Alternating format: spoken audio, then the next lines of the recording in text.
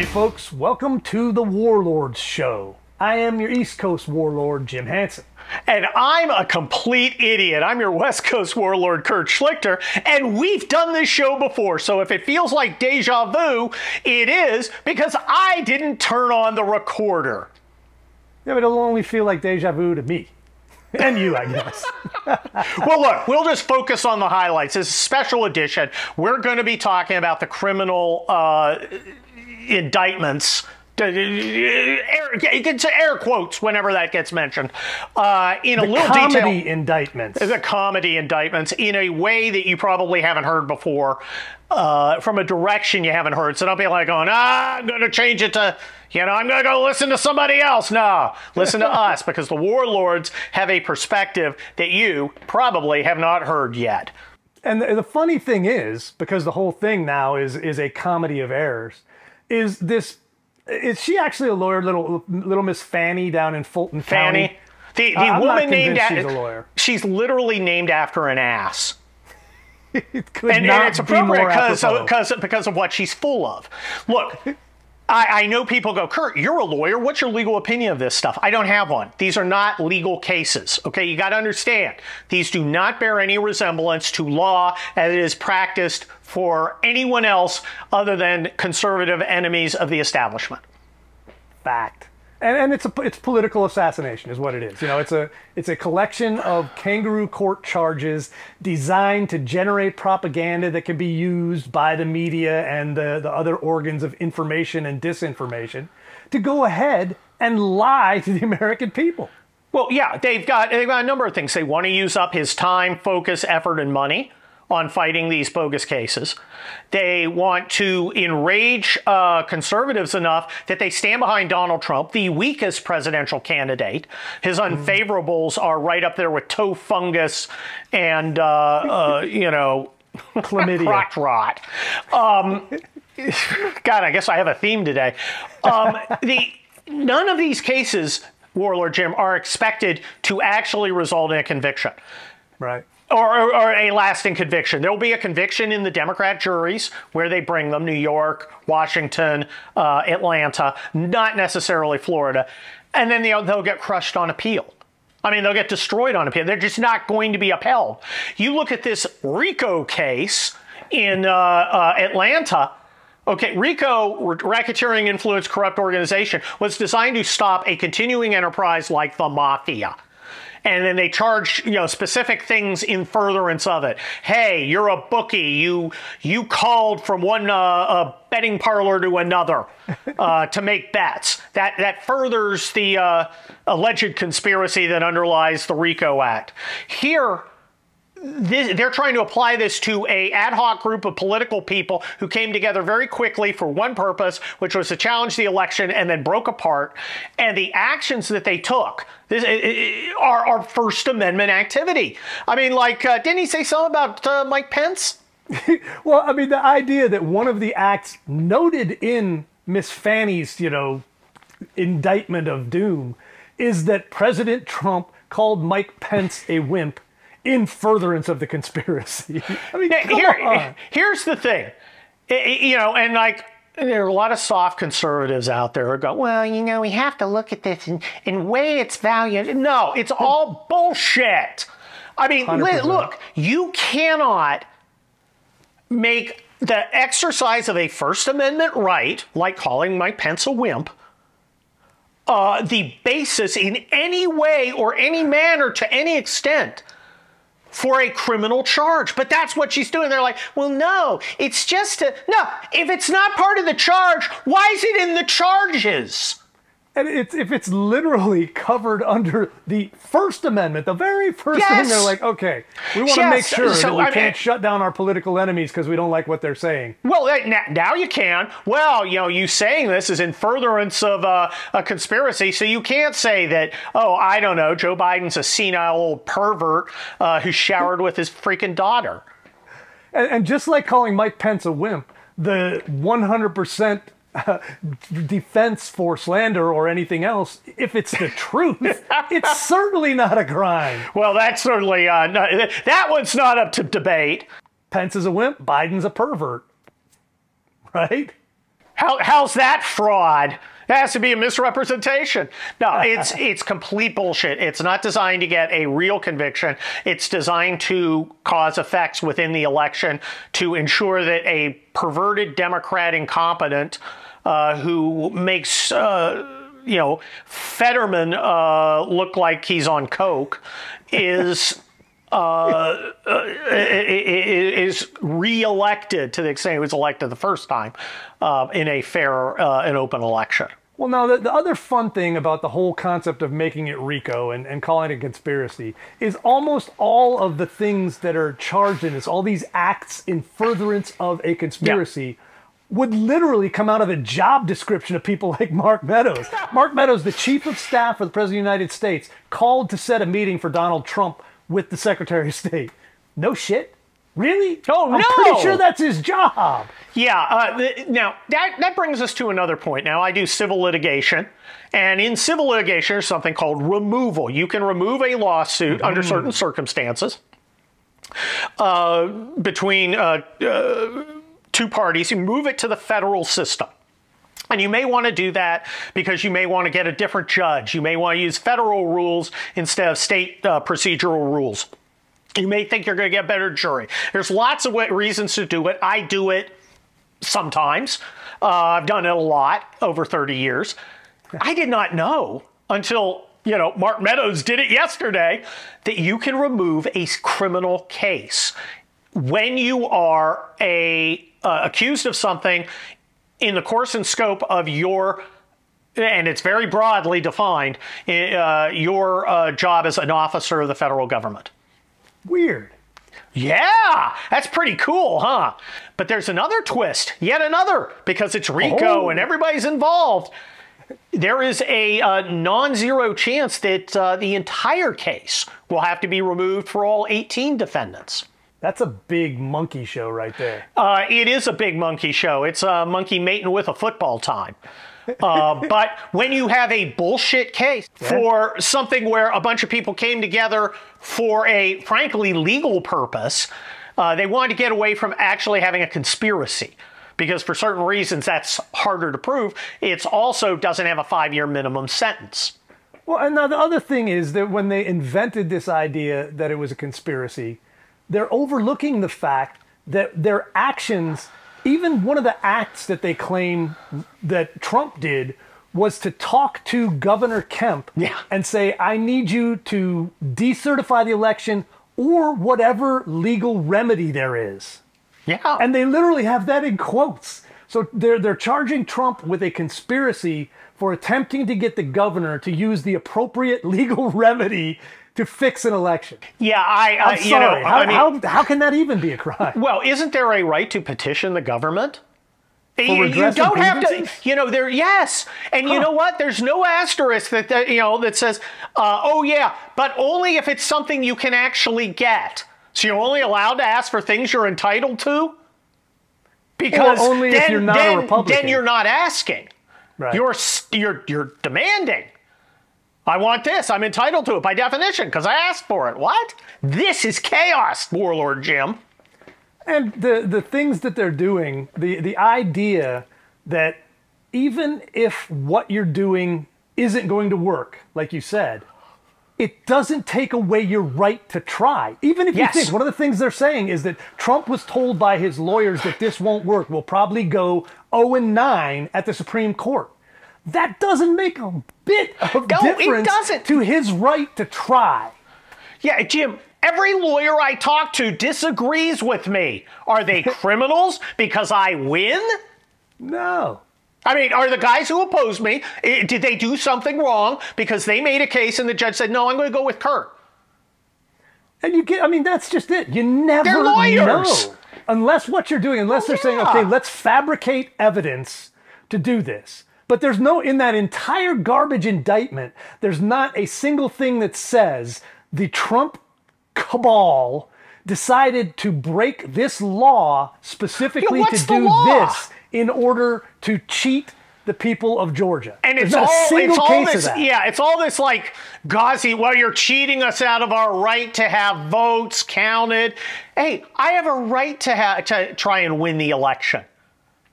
To the extent you don't like that. Every single vote cast. And you know, it's going to get laughed out of the Supreme Court. It's absolutely going to. It's going to go fast, and it'll get to the Supreme Court, and I think the Supreme Court's going to say this is complete bullshit. And I think you might get some Democrats doing it, particularly if you see some state attorney generals turning around and saying, well, you know, if we're getting people for violating rights in the federal government, you know, a lot of guys here in my state of, I don't know, Missouri had their rights violated by Dr. Fauci lying. Yep. Because he was telling multiple stories. Oh, the vaccine will help you. No, it won't. The mask will help you. No, it won't. He lied. He hurt our people. I'm prosecuting him. Payback's a legal medevac. But again, Missouri and Louisiana have that ongoing case about suppression of free speech where the government was calling up the tech tyrants and telling them, hey, we would appreciate it if you would shut all these things we don't like down. That is a violation of people's right to free speech. That under the theory that Jack Smith and this and Butt Williams have, I'm just going to call her Butt from now on. Butt Williams Fani. You have violated the rights of people in my state. I'm going to prosecute you and send you to jail for doing that. Yeah. And they're going to go, what, this is crazy. And I'll go, yeah, well, until a week ago. Now it's a thing. Maybe you get a cell next to Trump. And nobody gets a cell next to anybody because it's not against the law. But we have to, like you said, the only way to get them stopped is to make it hurt. They have to feel the same pain they're trying to make us feel. Yep. And it doesn't matter. Find a statute. Find a target and get some payback rolling. Let them know that it's not free reign on people whose political beliefs you dislike if you happen to be part of the deep state permanent bureaucracy. Yeah. Look, the only way these people are going to learn is through pain. Yeah. And I like pain. And look, they have realized that, you know, over the last 7 years, they suddenly realized that all the guardrails they thought were there, you can't do that. You actually can. Yeah. If nobody's going to say no and the regime media is going to slurp your toes like, you know, Dick Morris and a hooker. Deep there. You know, but here's the thing. It's lawlessness from the top to the bottom. The people have seen, and everybody in America has seen, that no one at the top is going to be held accountable. And all these people screaming that Trump should be held accountable, first he has to commit a crime before you can hold him accountable. Yeah, he's being held accountable. He's being held accountable for winning. Biden's crimes are legion. You know, he's got a cornucopia of corrupt crimes that he is not being held accountable for. Then watch the cascade. Watch how through all the places where Democrats run, all of a sudden there are no laws against looting and theft that are going to be enforced. Why should anyone follow the law if there is no punishment for disobeying it? And we're seeing the result of that. There is no law. The law has been an obstacle to the left, and now it feels it's free of it. The problem is, when you don't have the law, the only thing there is force. And you may think you may be the first to do it, and inertia may keep the other people, you know, that you're oppressing from realizing that everything that they believed in about this country being under the rule of law is complete bullshit. Then they're going to embrace power too. The bulk of the things that are the mores of our system, you know, and of our culture, were that you don't break the law. It's not that you were going to be punished. Yeah. It's that you just don't do it. There was a moral restriction against it and a punishment with some form of banishment or whatever for being one of the people who violates that. Once that was removed, it is now literally law of the jungle, and anyone who wants to break any law, all it takes is the will to do it and the power to do so. And that's much stronger than the restrictions on a piece of paper that no one's enforcing. Well, this is an important point, Warlord Jim. You know, if you're driving, I will drive at 1 a.m. to go to Hugh Hewitt's studio in Orange County and do his show. And there's no one else on the road. I stop at stoplights. Every stoplight I say, it never occurs to me not to. But you and I have both been in countries where people just plow on through, where graft and there's no law. It's the law of the jungle, and that's what's going to be here. And the problem for a lot of the people who are promoting this, in the short term, they're going to get away with it. In the long term, most of them can't do push-ups, and they don't have guns. And at some point, somebody's going to go, you know, if you don't do what I say, I'm going to kill you. And they're going to go, well, you can't. That's illegal. And the guy's going to say, what? You think a cop's going to come protect you? You defunded the cops. Bingo. Which is why that proscription you always give to buy guns and ammo and train with them is so important. Because when you need the cops immediately, they're only minutes away. You cannot rely on it. The first line of defense for everyone in this country is self. Well, that's true. And now, living in a lawless society, life under Democrat rule is the equivalent of lawlessness. Well, except for us. They want to apply the rules arbitrarily against us and exempt themselves from it. Yes, it's not the law. We gotta fight it. It's not the law. It's just another exercise of power. You know, and I think Ron DeSantis showed it very effectively. You know, Disney had economic and cultural power and a little political power and used all of it. Well, he had political power. He used that. And the goody-gooders were scared. Oh, you can't do that. You can't use the power of the state to secure the benefits for the people who elect you. You're forced to submit to a giant corporation, and you have no way to push back. Well, guess what? He decided he was going to play by their rules. And you know what? Disney's taking it right up the Fani Willis. You know, another good thing came out. Target took a huge hit from their Pride Month garbage. Good. You know, it's a situation where for too long, the Republican establishment and the people who represented our side believed they'd rather lose graciously than fight with the same rules that the left is using. And as you've said many times, that I love to agree with, they're not going to like it when we play by the rules that they chose. Look, guys like you and me are much more suited to a world of chaos and raw power than a dude with a gender studies degree who can't do a push-up. I know how to win the law of the jungle type fight. And incidentally, I can't wait to be called a racist for that, because I said law of the jungle. Oh, boy. That's racist for some reason. Yeah, no, it's not. Yeah, that's fucking stupid. I think the next thing to see is how this plays out politically, because it pains me to see Donald Trump, who has done some things that I disagree with, but nothing in his entire political career to deserve 7 years of a full-on abuse of power political attack on him, to be abused this way. And I understand why his supporters want him to keep on fighting, but I think the problem now is fighting that fight and winning an election against a Democrat in 2024 may not be reconcilable. No, it may not. It's certainly going to get ugly.